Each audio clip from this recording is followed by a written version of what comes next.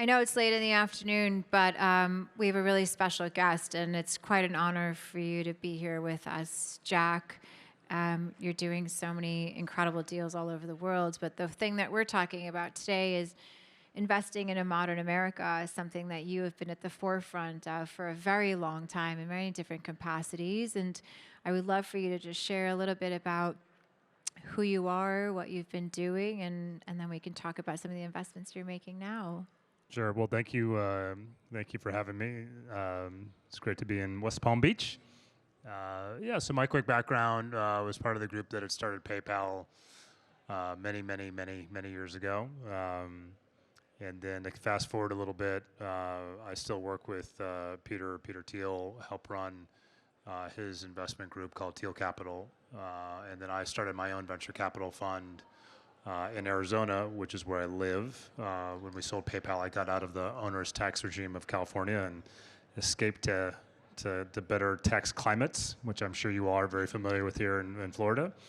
So I run my own venture fund out of Arizona called Copper Sky. And the thesis, which is probably somewhat applicable to the audience here, is investing outside of the coast and really outside of California, which is where venture capital in my world is getting increasingly, if not overly, concentrated.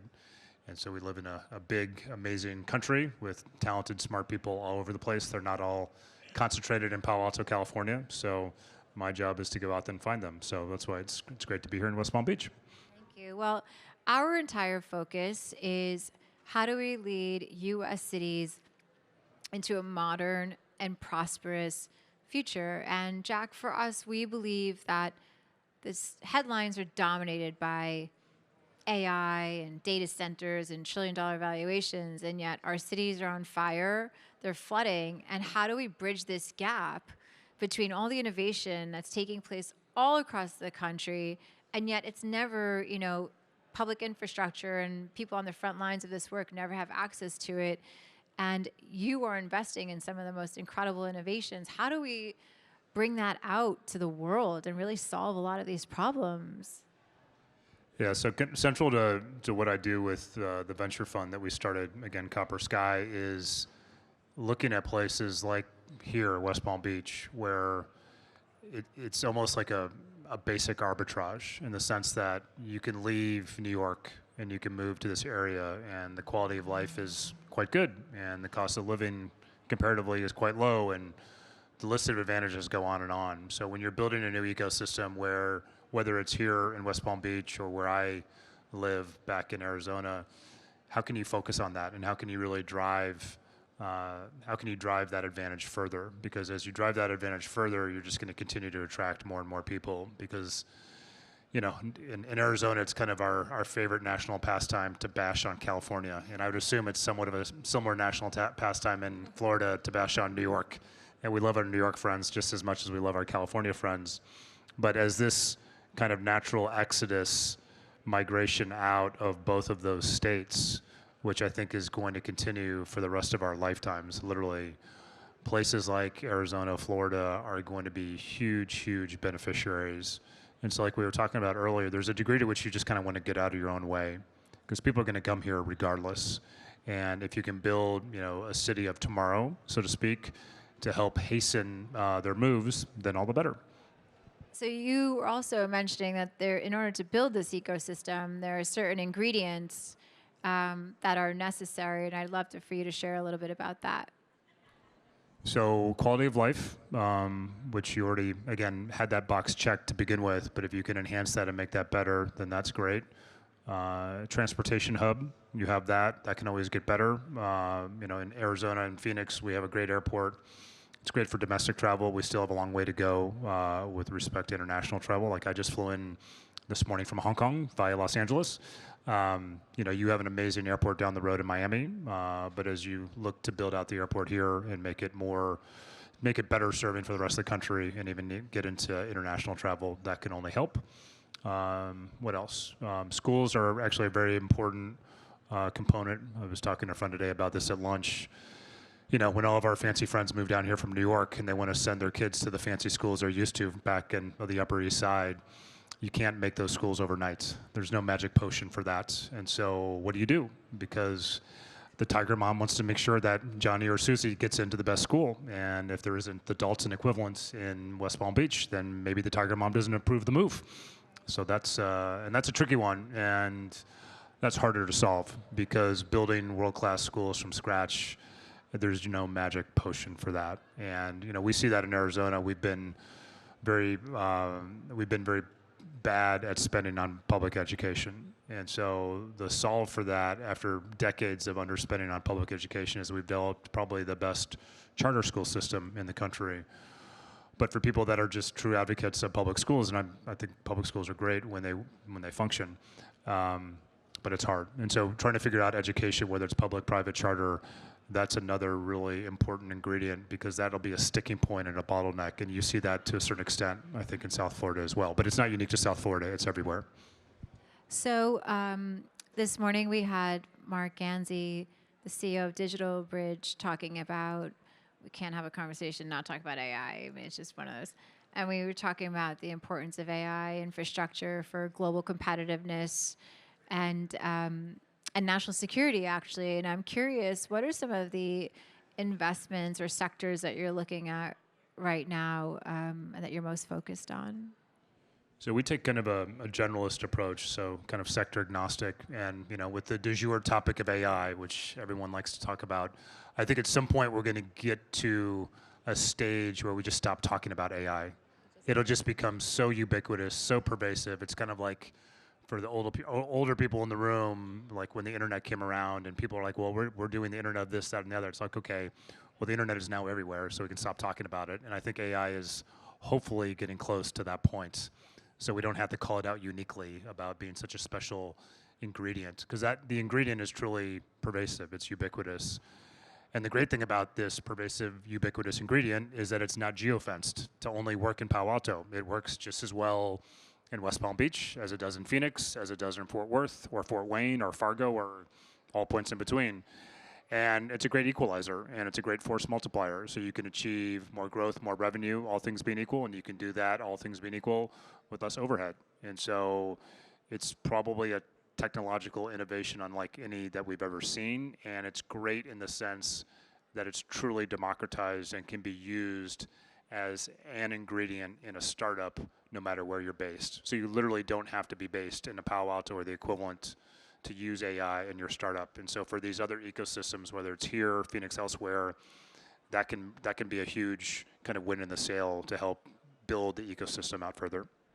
We were also talking about building AI infrastructure across the country, and that's going to also change economic development in those places, which is going to be quite important. It's not going to be, like you said, limited to any of these coasts. You spend a lot of time in the Middle East and around the world. I'm curious, when we think about global competitiveness, what do you see that we need to invest more in that the rest of the world is ahead on, or what are we behind? And I'm just curious where you see us with the rest of the world, and especially the places that you spend time. Yeah, so I do spend a fair amount of time in the Middle East. I think that's where we originally met. So I think one area that we as a country can do a lot better job of is just improving our grid.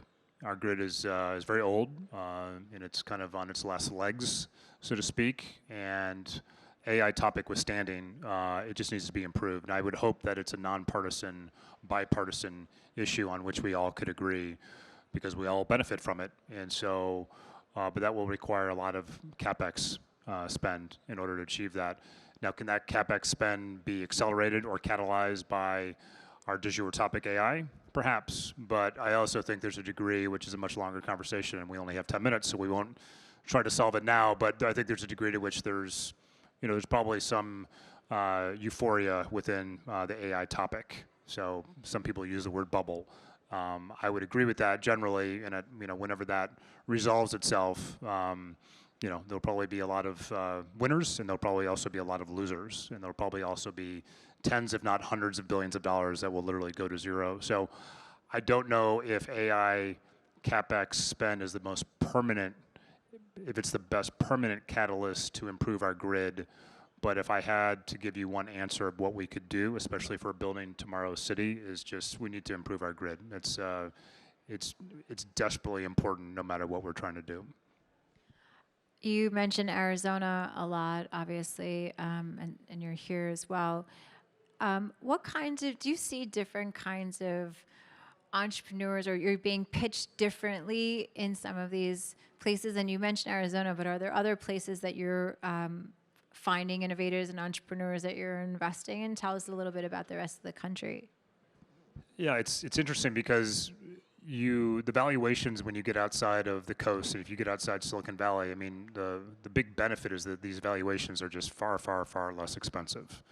And so investing, no matter what you do, whether you're Warren Buffett or you run a mutual fund or you invest in municipal bonds or you're a venture capitalist, your entry point valuation makes a big difference. And so the Silicon Valley valuations today, because of the AI du jour euphoria, are just very extreme. So it's very hard.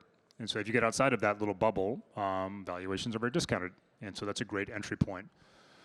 The challenge that I've seen as you try to build up these ecosystems outside of Silicon Valley is that there is at times a misunderstanding about what venture capital is or what it does. And so financial capital, for the most part, is fungible.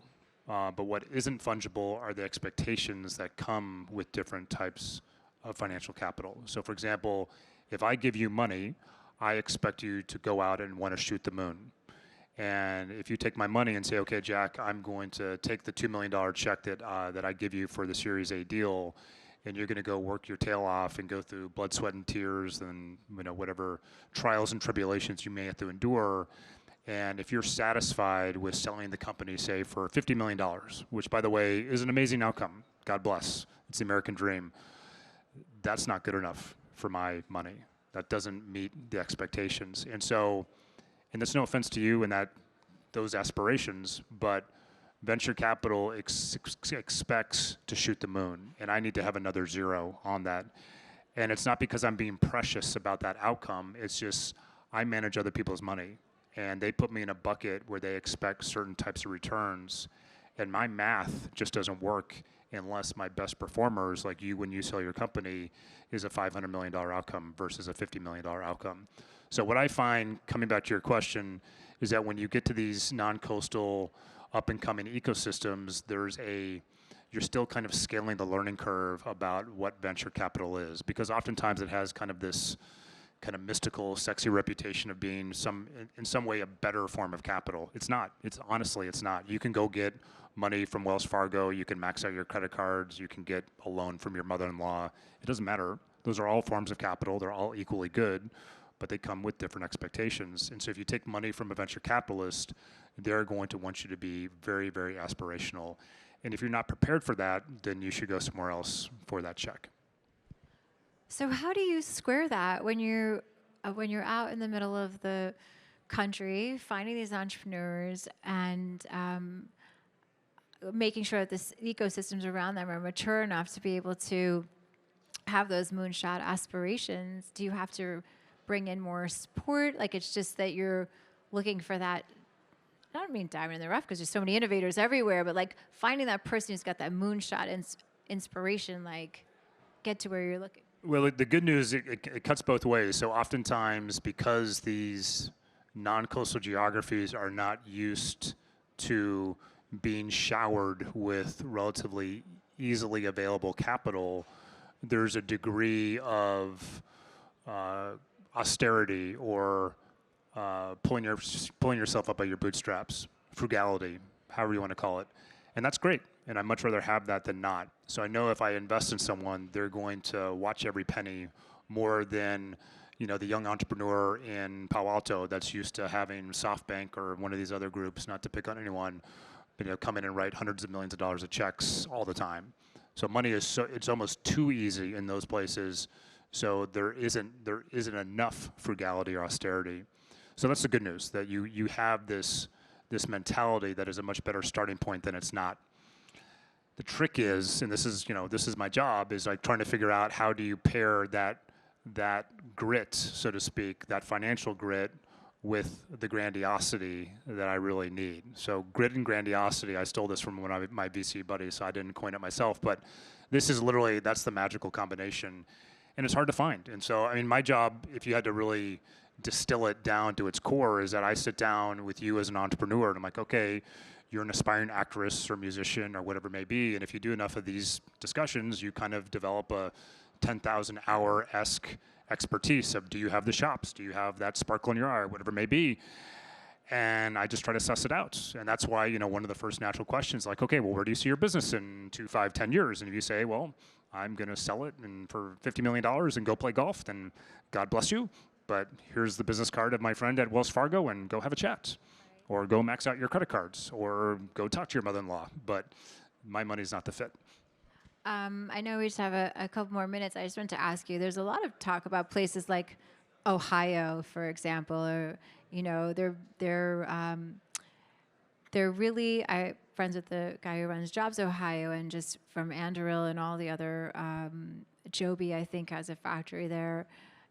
Are those places that you're also looking at where they're spending a lot of economic development to support a lot of these sectors and businesses? Is that a natural place for you to be looking? Yeah, I think there's an overall trend, which again, hopefully is not political, either nonpartisan, bipartisan, where we need to reshore, reindustrialize as a country. And you're not going to do that in California, and you're not going to do that in New York for all the obvious reasons. So in Arizona, as an example, I've been pounding the table and trying to drive us to be better at hopefully being the home or the headquarters for defense tech, and where defense tech specifically looks to commercialize.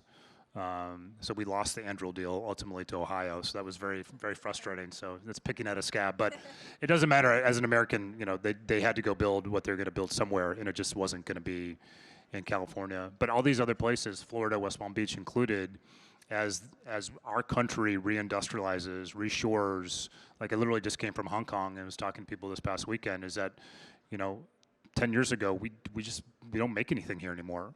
And the pandemic showed us that we had this exposure, like we didn't make the masks that we had to wear during the pandemic at a very the most base level. And, the glass half full with that whole experience, perhaps, or one of the kind of the better outcomes, if you will, is that it awoken us to this reality that we have to have more onshore resiliency just for national security purposes. I mean, this is a real issue. And so this was one of the better takeaways, I think, again, trying to make some lemonade from the lemons of the pandemic. So this needs to happen, and we haven't even gotten going on this. It's like top of the first inning type of thing. So the good news is we have a long way to go, and the good news also is that places like, West Palm Beach or Phoenix or Ohio, this is where it's going to happen. It's not going to happen in California. It's not going to happen in New York. Those are great places, great ideas, great concepts will come out of there. But in terms of actual stuff being built, it'll be basically everywhere else. In the last 2 minutes that we have, I just want to ask you one last question. One of the things that we've been trying to do with Tomorrow.City USA is help people understand what the rest of the world is doing. So, for example, we work with a company that has put all the AI sensors into the Thames water system and can tell the City of London if something's going to break or is contaminated. And in Rwanda, they've built an intelligent command center where they can map out every ambulance and every patient that's in these in those vehicles and route them to the right care. And I feel like in the United States, we've sold everyone a very dystopian view of the future with like AI and robots, and you're like, you don't even understand what's happening in the Middle East and how they've been able to move everybody in one direction, a very hopeful direction. And I guess just from parting words, what would you say to everyone who's sort of unsure of the future or doesn't understand what an opportunity we have right now to lean into the innovation, whether it's with this administration or anyone else, whether it's shipbuilding or upskilling or something, like everyone else is moving so fast and in one direction, I guess, just what would be your advice? And well, I mean, we have 45 seconds, so I will only just say that I think we're entering into a brave new world, and I think this is the new normal. And I think going back to how things were the last 15 years, or even going back to post-World War II, that era is now gone. So we're in a new era, and so we can have a tantrum about that, but the milk is spilled, so what are we going to do about it pragmatically going forward? And so in the context of a City for Tomorrow, I would say don't have any pride of authorship. So whether the technology is coming from Rwanda or the Thames or whatever it may be, go out and find best practices wherever they may be, because they'll be all over the world and they'll be unique to the certain geography, the certain circumstance, Middle East or otherwise, and just go steal and borrow those ideas, bring them here. Imitation is the greatest form of flattery. And when you're truly building a new city for tomorrow, we're at a dawn of this amazing new technological innovation. So let all of these other cities, all these other geographies be kind of the petri dish where they get to experiment and then go borrow the ones that work and to bring them here and build the true city for tomorrow. Thank you so much, Jack. So honored to have you, and give us a big round of applause for Jack Selby. Thank you.